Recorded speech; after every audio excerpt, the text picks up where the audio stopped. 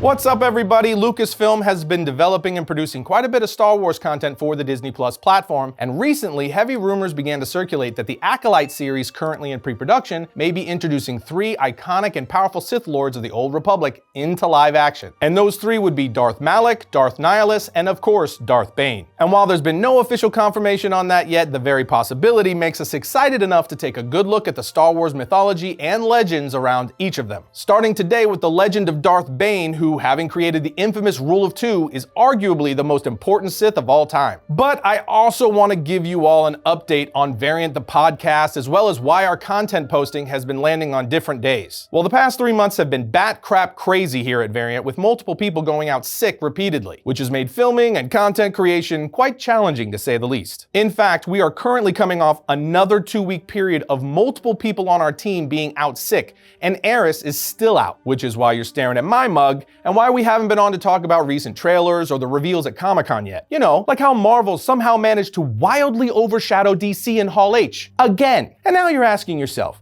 how in the name of Zeus's butthole can any group of people get sick this much? To which I say, I don't know. But as a man of science, I'm calling witches. Regardless, as soon as we manage to fire up a counterspell to this madness, we'll be back in studio and talking the latest happenings in geekdom. In the meantime, let's talk some Darth Bane. Darth Bane was created by George Lucas and Drew Karpyshyn and was first mentioned within Star Wars canon in the 1999 novelization of Star Wars Episode 1, The Phantom Menace. In the book, we learn that Bane is an ancient Sith Lord who lived a millennium before the films and is most known for creating the Rule of Two, that all Sith Lords must follow. The Rule of Two requires that one master and one apprentice can be the only Sith in the galaxy at a time. That's why when Darth Maul seemingly died, Sidious replaced him with Count Dooku, and when Dooku died, he was quickly replaced with Darth Vader. There must always be 2, a master and an apprentice. However, even though Darth Bane's been mentioned in Star Wars canon a couple of times now, he's only ever had one on-screen appearance, and that was when he appeared as a ghost to Jedi Master Yoda in Season 6, Episode 13 of Star Wars The Clone Wars, voiced by the legend Mark Hamill. So let's dive into his written history to get Darth Bane's fictional origin. For those of you not familiar with Star Wars lore, it's separated in 2 categories. We have canon, which is everything in the main Star Wars continuity, as determined by Lucasfilm once Disney bought them. Then there's legends, which is all of the Star Wars lore Disney decided not to keep in the main continuity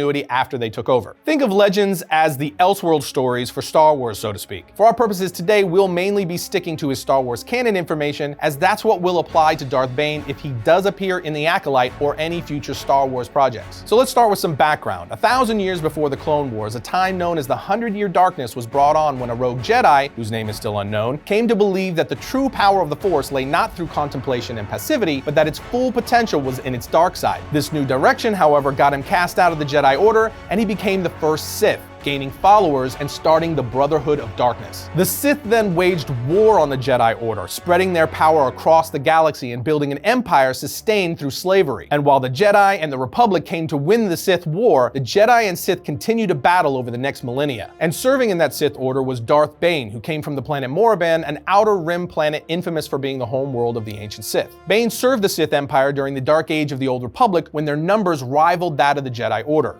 During the war, Bane was very observant and self-aware of his own kind, realizing that all the infighting, greed, and selfishness from his fellow Sith warriors created a great weakness. So much so that all the fighting amongst each other led to the defeat of the Brotherhood of Darkness on Ruusan in 1032 BBY. At that point, the Jedi Order eradicated every last one of the Sith except a weakened Darth Bane in the Jedi-Sith War. And this, my friends, brings us to the creation of the Rule of Two and the rise of the Sith going forward as we know them from the films and current continuity. Darth Bane saw that the old Sith traditions were a dead end and not conducive for victory, so he made a new Sith philosophy to take precedent over the old doctrine of the dyad. Instead of recruiting new Sith Lords and building an army, the Rule of Two mandated that there could only ever be 2 Sith in the galaxy at a time, a master to embody power and an apprentice who craves it. For an apprentice to become a master and gain their own apprentice, they had to prove their power and kill their own master, or die in the attempt, showing they were unworthy of the Sith legacy. Bane's Rule of Two recognized the Sith's inherent ambition for power and utilized it as a mechanism of succession from one Sith master master to the next, even though it ultimately meant an apprentice would one day have to betray their master. So it was a means to an end, with the new hierarchy ensuring the survival of the Sith in an endless cycle of death and rebirth. As for Star Wars Legends, Bane is still responsible for creating the Rule of Two, but his birth name in Legends was Dessel, growing up as a poor miner on the Outer Rim planet of Patros. However, after Dessel killed a Galactic Republic officer, he was in danger of being arrested and imprisoned by the Republic. So to escape that fate, his good friend Groshik helped him to escape off-world so he could join the Sith Brotherhood of Darkness. There, he started as a soldier and became part of the Gloomwalkers unit, but soon enough, they realized he was Force-sensitive and took him to the Sith Academy on Korriban. He was then given the Sith name Bane and quickly became one of the great students at the Academy until he lost faith in the dark side, only later to regain his confidence in the dark side, but not his trust in the Brotherhood of Darkness, as he thought it was a flawed organization and their leader Skir Khan was a coward. So Bane left the Order and went to the planet Lahan, where he studied the holocron of Darth Revan. And with the holocron's knowledge, he helped destroy the Brotherhood, allowing him to create his own Sith Order upon the Rule of Two, taking on his new apprentice Zana. And with that basic knowledge about his origins, let's move on to story arcs. After Bane implemented the Rule of Two, he created a plot known as the Grand Plan, which will be familiar to even the most casual of Star Wars fans. The Grand Plan, also known as the Sith Conspiracy, was to corrupt the Galactic Republic from the inside, to diminish and disgrace the Jedi Order, at which point the Sith would rise and conquer all the galaxy. If that sounds familiar to you, that's because it's exactly what Darth Sidious did in the prequels, posing as Chancellor Palpatine, ultimately succeeding in enacting Order 66 and ruling the galaxy under the Galactic Empire. Anyway, once Bane implemented the Grand Plan, he took on his apprentice Darth Zana, training her in the dark side and passing on his Sith knowledge. And of course, as the Rule of Two requires, Zana went on to ultimately kill her master Bane, becoming the next Sith Master and continuing his Grand Plan. Now I know what you're asking, how in the world did she kill Darth Bane? Isn't that kind of important? Well, yes it is, but Star Wars canon hasn't confirmed how she killed Bane. It's just rumored that she killed him in a duel on the Inner Rim planet of Umbria. Hopefully that's one of the things we'll learn soon as they continue to expand his canon. As for more about Darth Zana, her birth name is Rain, and of course she's the first apprentice of the new Sith Order created by Darth Bane. Her first in-canon mention was also in the novelization of Star Wars Episode 1, The Phantom Menace. Although the novelization was written before Zana was established, so Darth Bane's apprentice is referred to as him, then later fleshed out to be Zana. She was later indirectly mentioned in the final episode of Clone Wars Season 6 titled Sacrifice, and then appeared in the Star Wars Legends comic series by Dark Horse, Star Wars Jedi vs. Sith. But getting back to Darth Bane, he was originally supposed to make his on-screen debut in Season 3 of the Clone Wars in the episode Ghosts of Mortis. He would have appeared alongside Darth Revan, but it ultimately got cut out, moving his on-screen debut to later in Clone Wars Season 6. On a journey to discover the secrets of immortality in Season 6, Master Yoda went to Moraband and entered Darth Bane's tomb, coming face to face with a fiery vision or specter of the ancient Sith Lord. And as part of Yoda's trial, the specter or vision tried to convince Yoda to come to the dark side of the Force and become a Sith. But of course Yoda refuses, saying Darth Bane was dead and what he saw before him was simply an illusion. But Yoda's defiance pissed off the illusion, and Bane went back into the sarcophagus screaming while Yoda continued onward with his journey. Moving on to the book titled The Secrets of the Sith, Darth Sidious mentions Darth Bane as a great Sith Lord who lived through the purge of the ancient Sith. Sidious also mentions that Bane was the founder of a lineage of Sith Lords through the Rule of Two, which culminated in his own rise to power. But now, my friends, it is time to move on to powers and abilities.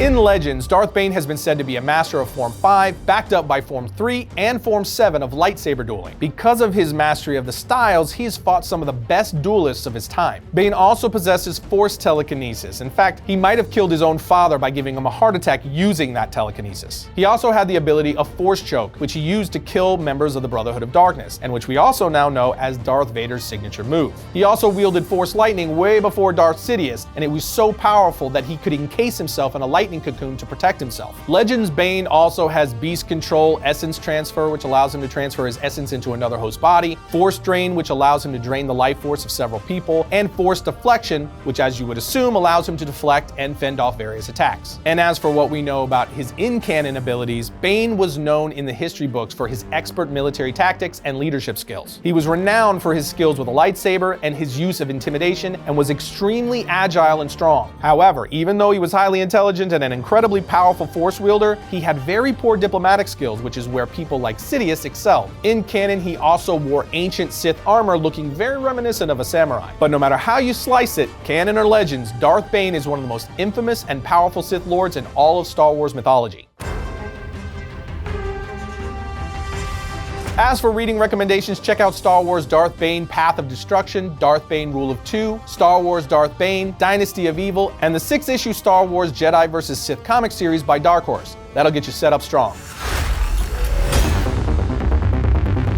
First up for the week of August 3rd, we have Dark Crisis Issue 3. The Battle of the Emerald Army has begun. Hal Jordan has launched an all-out war on Pariah and the Dark Army to avenge his fallen Justice League heroes. But how can one man stand in the way of the Great Darkness? Next on the list, we have Iron Man Issue 22. Tony Stark has worked hard to pull himself up by his iron bootstraps, and after a few detours, he finally tracks down his old friend and employee, Vic Martinelli, only to find that Vic's been murdered after he got in possession of the Mandarin's rings. While trying to get answers, a guilt-ridden Tony is attacked by Vic's murderer, the Titanium Man. Third on the list, we have Flashpoint Beyond Issue 4. Thomas Wayne is quickly closing in on the Clockwork Killer, but his investigation might be impeded by young Dexter Dent and his own vigilante agenda, breaking his mother out of Arkham. Next up is New Fantastic Four Issue 3. Chaos erupts in Sin City as Asmodeus' demonic influence spreads, and the New Fantastic Four are caught in the thick of it. With Ghost Rider MIA, it's up to Wolverine, Hulk, and Spider-Man to face off against a demonically possessed Human Torch. And last but not least, we have DC vs. Vampires Issue 8. Battle for Earth continues as the surviving heroes put their various plans in motion in their last attempt to save humanity. We're actually covering this entire series here in the channel, so make sure to check those episodes out as well.